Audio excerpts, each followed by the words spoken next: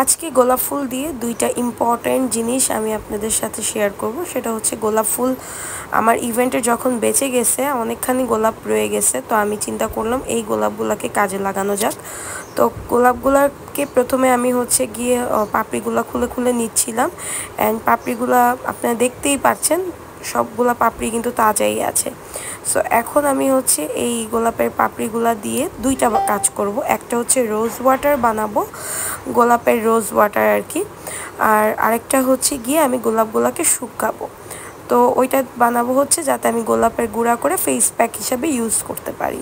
তো প্রথমে আমি দুইটা ঝাড়ি নিয়ে নিচ্ছি। ওইটার মধ্যে কিন্তু আমি এখন বেশ কিছু গোলাপ দিয়ে আমি এটা বারান্দায় দিয়ে দিব। এইটা আমি প্রায় 10 দিনের মতো হচ্ছে আপনার রোদে শুকিয়ে এটাকে আমি হচ্ছে একদম করে নিয়েছি, কড়কড়া করে নিয়েছি। এখন এটা গ্রাইন্ড করলে ওটা আমার হচ্ছে গিয়ে গুঁড়া করলেই হয়ে যাবে হচ্ছে রোজ গোলাপের কি বলে গুঁড়া, যেটাকে বলি আমরা রোজ ফেস প্যাক বানানোর জন্য কাজে দিবে।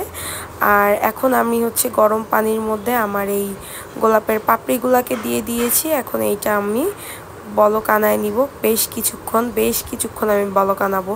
আর এখানে কিন্তু অলরেডি আমি হচ্ছে এটা শুকাতে দিয়ে দিয়েছি। এটা প্রায় 10 দিনের মতো শুকাইছি। তারপর আমি আমার বক্সে হচ্ছে গিয়ে ভরে রাখছি। আমি যে কোনো সময় এটাকে ব্লেন্ড করে গুঁড়া করে আমার ফেস প্যাক হিসাবে ইউজ করতে পারবো যে কোনো কিছুর সাথে। যাই হোক, তারপর আমি হচ্ছে গিয়ে এখানে চুলায় দেখলাম যেটা শুকায় কিন্তু আমাদের গোলাপের যে অরিজিনাল কালারটা সেটা কিন্তু চলে আসছে।